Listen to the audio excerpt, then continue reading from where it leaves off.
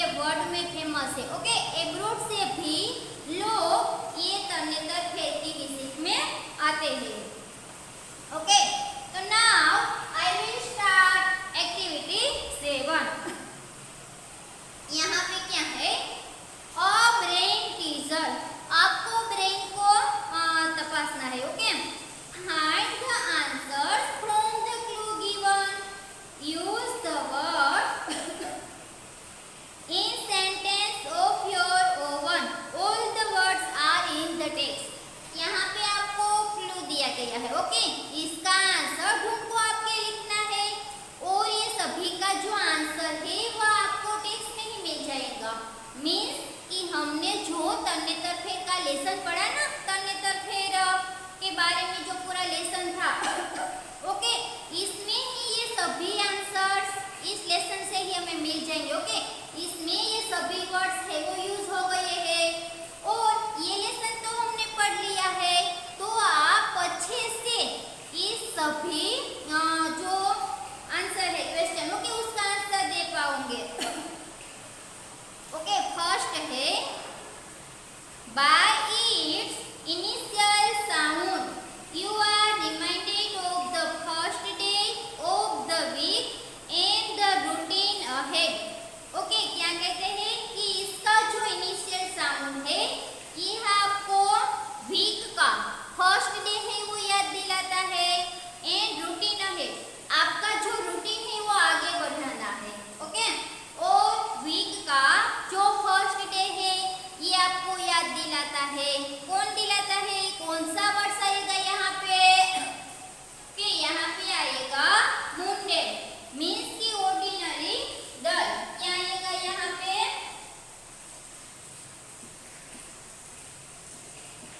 मुंडे, इसका मतलब क्या होता है, ऑर्डिनरी डल। ओके, ये वर्ड्स है वो हमारे आगे भी लेसन में आ गया है।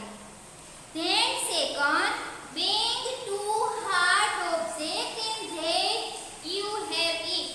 ओके, जब तुम कोई भी दो ऑब्जेक्ट, हार्ड दो ऑब्जेक्ट को तुम ऐसे क्या करते हो कि क्लिक करते हो, एक दोनों के साथ तुम क्लिक करते हो तो वेग होता है, तो उसकी जो आवाज आती है उसको हम क्या कहते हैं, हाँ मैं आगे भी लेसन में आया था हमारे गरबा में। ओके, कि हमारे जो गुजराती है उसका जो फेमस रास है वो है गरबा, और हम डांडिया से गरबा खेलते हैं ना, एक दूसरे के साथ जोड़ी में डांडिया खेलते हैं। तो जब हम एक दूसरे के साथ ऐसे डांडिया खेलते हैं तो इसे कौन सा आवाज आता है, यस आपको पता है, ये तो आपको पता ही होगा ना, क्योंकि नवरात्रि है वो आपका फेवरेट फेस्टिवल है। यस, क्या आएगा आंसर, क्लैप, वेरी गुड। तो इसमें सेकंड में आएगा clap.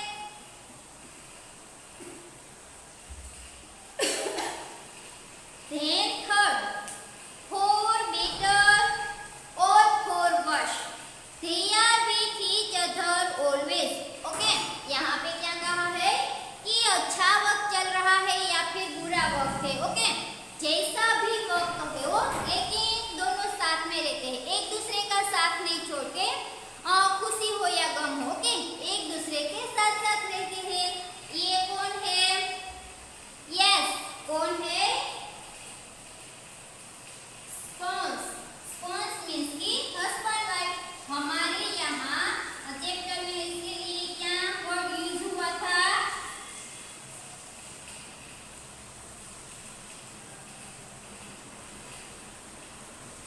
स्पोंस। Okay, husband and wife.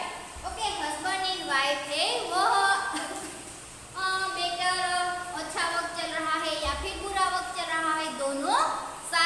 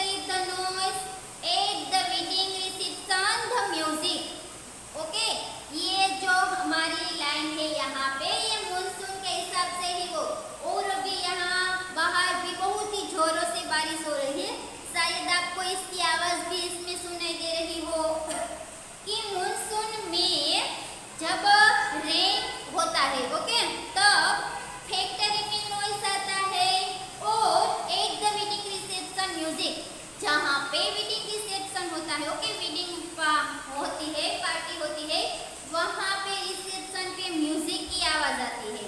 क्या बजता है वहाँ पे? ड्रम्स बजता है ना। और जो ड्रम्स की आवाज होती है उसको हम क्या बोलते हैं? तुमको भी ये बहुत अच्छे से मालूम है, क्योंकि आगे जब लेसन में ये वर्ड्स आया था तो मैंने तुमको अच्छे से समझाया था कि नवरात्रि में सभी जो लोग हैं वो ड्रम्स के साथ अपने डांस करते हैं, गरबा खेलते हैं। तो ड्रम्स की जो आवाज होती है उसको क्या बोलते हैं?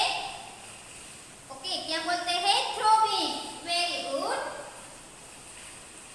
क्या आएगा इसमें? थ्रोविंग।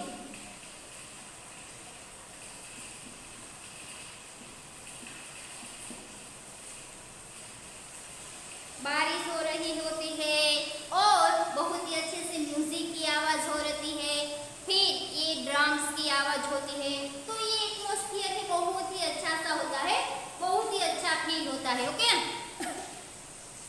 अभी ऐसा ही एटमॉस्फियर है। देन फिर इट इज नेवर सेपरेट और one after the other always together. Okay, क्या कहा है यहाँ की? ये एक दूसरे से कभी अलग नहीं होते हैं, ऑलवेज टुगेदर, हमेशा साथ में ही रहते हैं। तो जो हमेशा साथ में रहते हैं एक दूसरे के, उसको क्या बोलते हैं? यूनिशन। जो हम एकता बोलते हैं ना, कि जिस लोग में एकता होती है, ये हमारे इंडिया देश है, इसमें ही एकता है। ओके, हम सभी का जो कल्चर है, फूड है, ओके, डिफरेंट डिफरेंट है। हमारे इंडिया में विविधता में भी एकता है। ओके, कि सभी देश में सभी की जो मैनरिज्म है, फूड है, कल्चर है, सभी जो एक्टिविटीज है, सभी क्या है? डिफरेंट डिफरेंट है। बट इस सभी के अलावा, सभी डिफरेंट होने के बावजूद भी हम सब एक है, हमारे सभी में एकता है। Then 6, begin with headgear, go to drink beverage and then keep waiting। क्या कहते हैं यहाँ पे?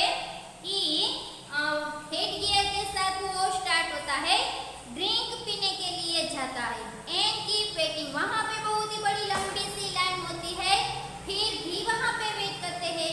ओके, कहीं अगर आप भी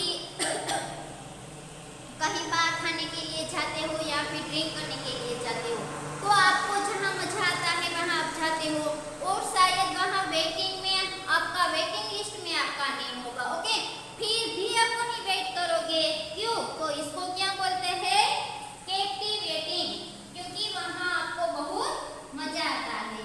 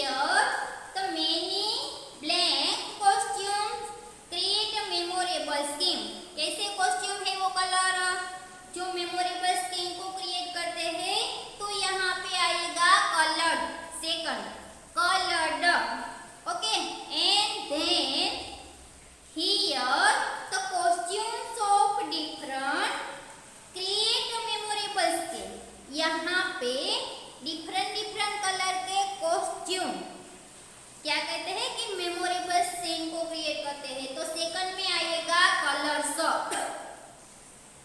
okay, then third, it is a blank to wear the A type.